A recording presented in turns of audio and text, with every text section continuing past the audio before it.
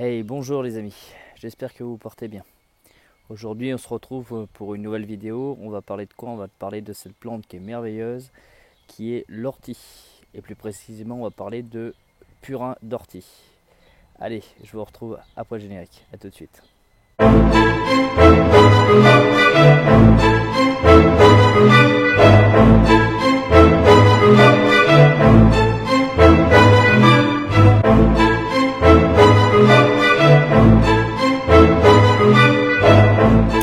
Et c'est parti. Alors, aujourd'hui nous sommes le vendredi 13 avril.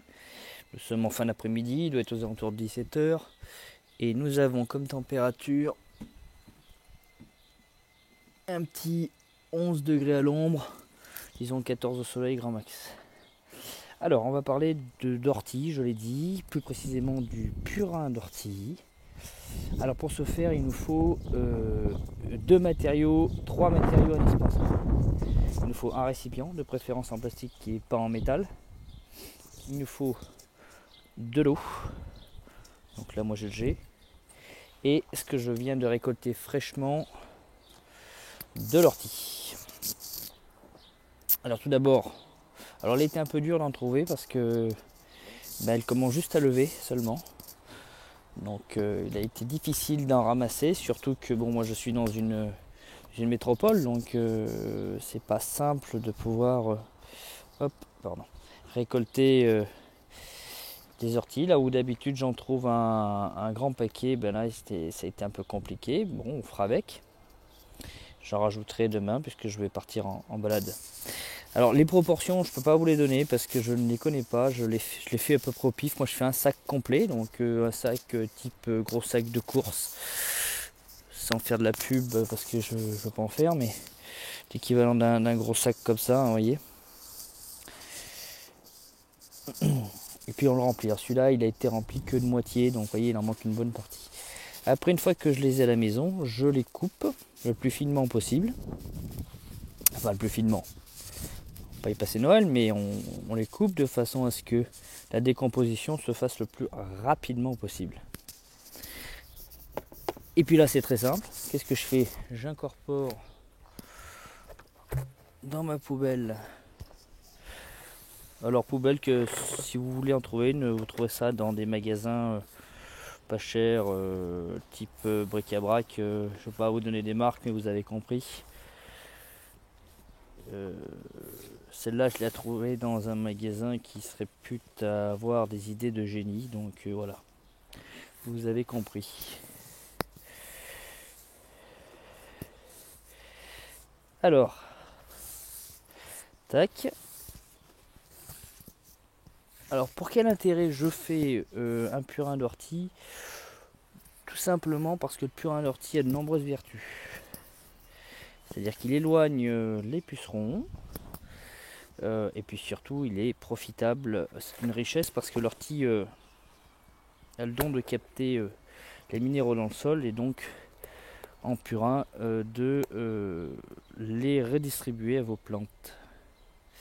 Donc après je pose. Je suis désolé pour le bruit de perceuse derrière, mais le voisin s'acharne depuis tout à l'heure. Pas rien y faire. Je le place dans un endroit où que je ne bougerai pas.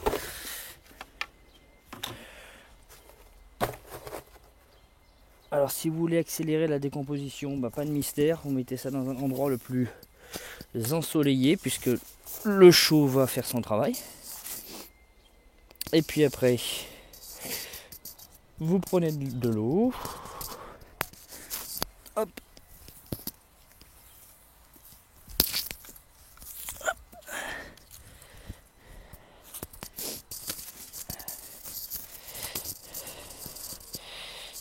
Alors est-ce que je vais y arriver? Hop, voilà. Et après c'est parti. Il n'y a plus qu'à ouvrir.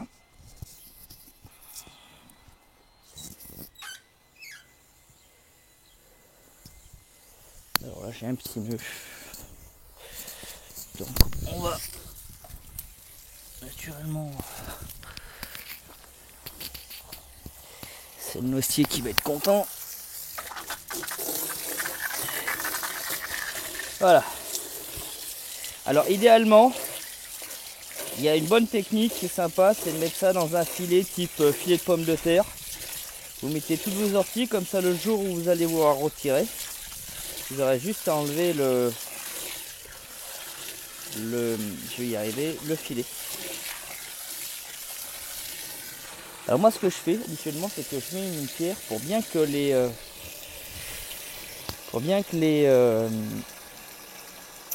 je vais y arriver, que les orties restent au fond, mais là je vais laisser comme ça. Et tous les jours ou tous les 2 jours, parce que vous allez y recouvrir pour de façon à ce que ça reste bien au chaud, tous les 2 jours ou tous les jours, vous venez y tourner. Et puis elle est prête à peu près au bout d'une dizaine, gros minimum 10 jours. On peut y aller jusqu'à 3 semaines.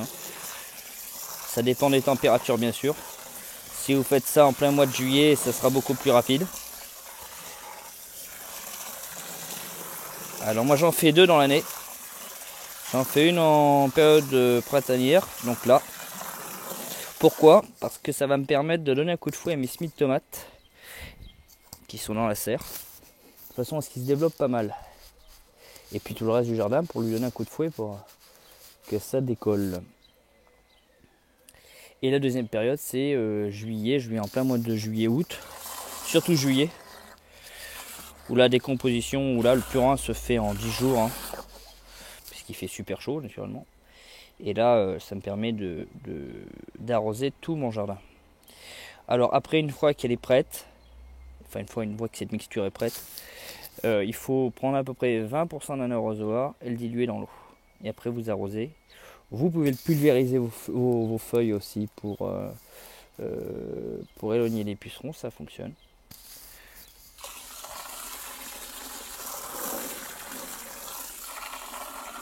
Alors il y a un grand débat sur ça, on dit que c'est pas une bonne idée de faire des purins, mais moi j'ai jamais vu, personnellement ça a toujours plutôt aidé mon jardin que le desservir.